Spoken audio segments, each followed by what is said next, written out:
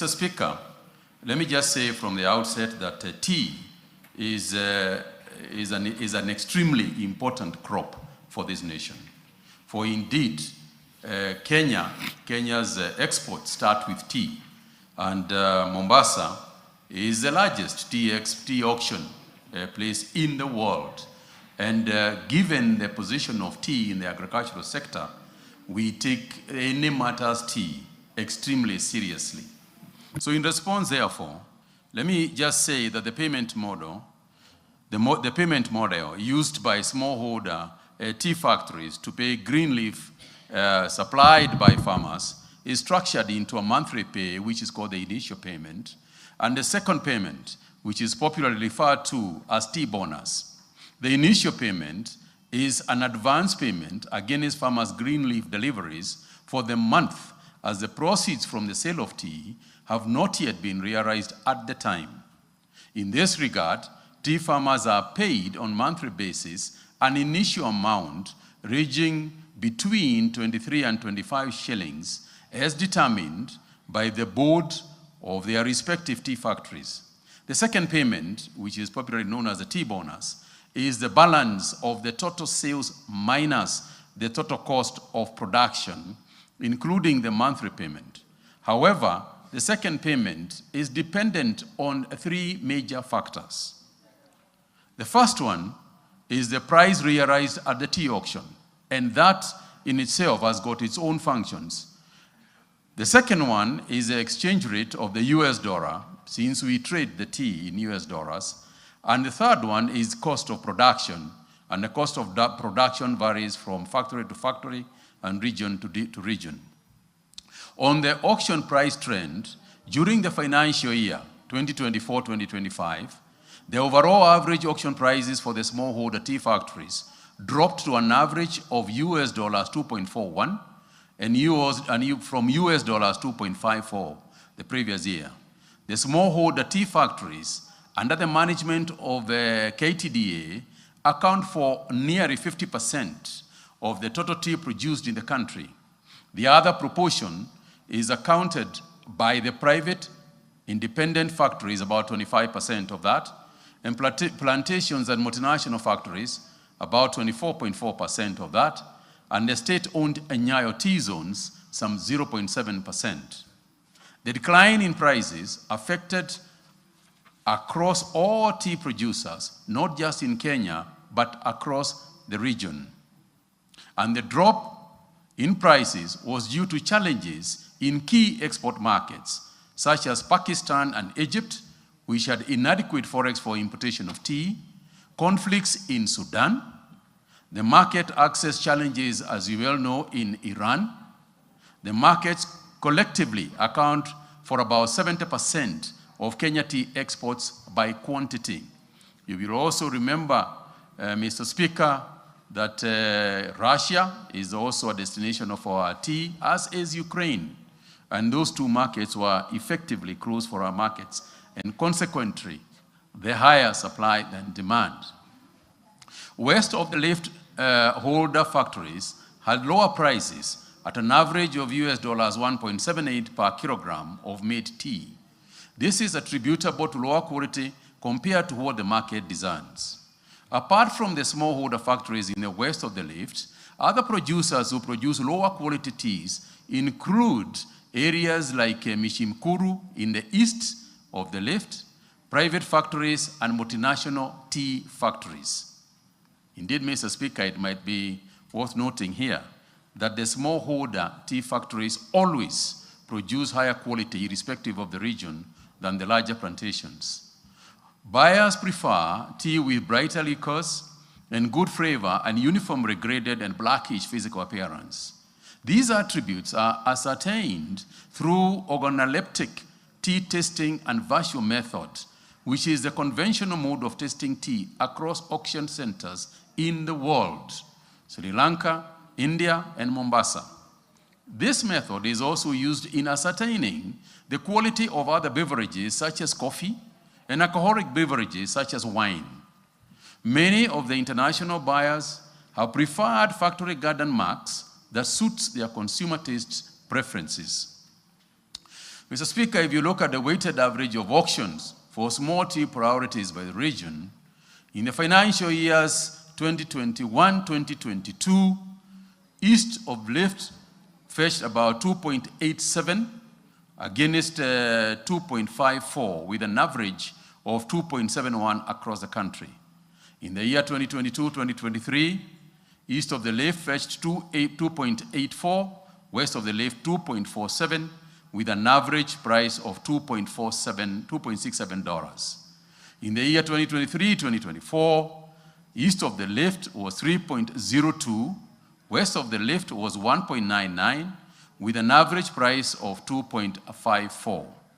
East of the Lift in 2024-25 was 2.95, west of the Lift 1.79, with an overall average of 2.41. The weighted average auction prices for the private and multinational tea factories in the same period in 2022 was 2.05, 2023 1.67, 2024 1.46, and 2025 1.59. Mr. Speaker, let me also highlight, I spoke about the exchange rate and the reason why there was a differential. You will recall, Mr. Speaker, that during the financial year 2024-2025, the shilling weakened to the dollar to exchange at a rate of 129.56 from 1.44.10 in the previous year, 2023-2024. So if you look at the exchange rates, then you'll realize that in 2021, it was about 111. In 2022, it was 126. In 2024, it went to 144. And in 2024-2025, 129. Mr. Speaker, besides the quality and the exchange rate, the cost of production also affects how much money is eventually paid to the farmers, particularly in the last payment, which we are calling the bonus.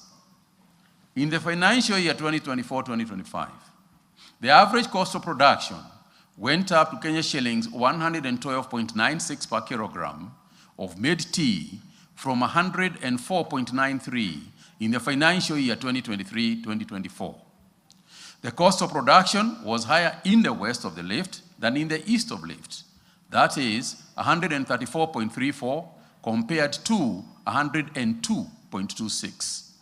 Due to the higher administrative costs occasioned by poor corporate governance practices, such as high numbers of board meetings, overemployment in tea factories, as well as factory operational inefficiencies. Mr. Speaker, I have given there in my report the cost of production per kilogram of made tea with a comparison of both regions, as I have established from the average that I have given.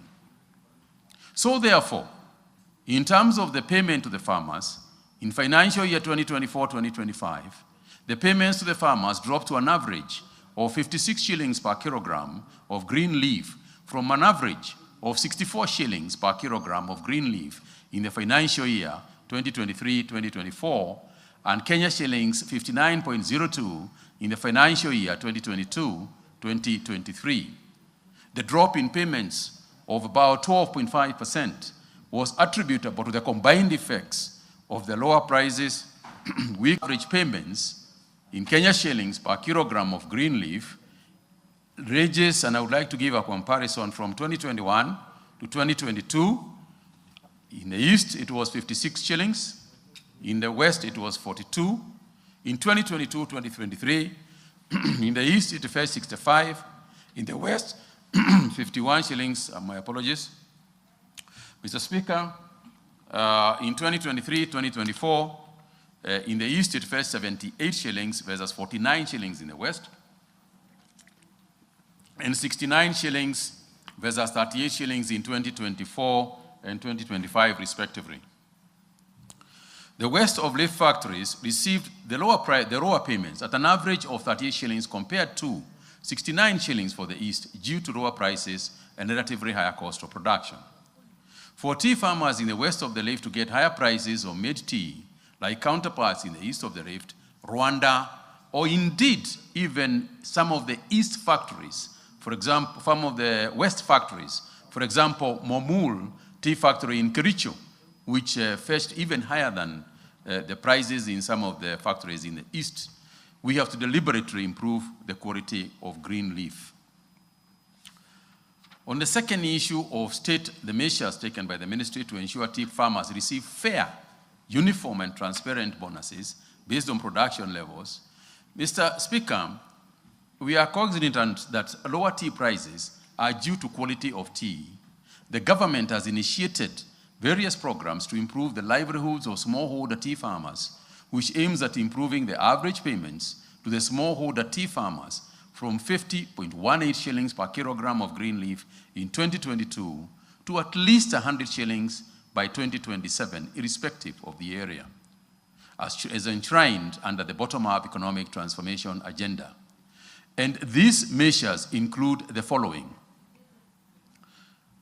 Given that the quality of tea is majorly determined by the quality of green leaf, the ministry and other relevant industrial players have developed a guideline/standard on the quality of green leaf plucked and delivered for processing by tea farmers to the factories.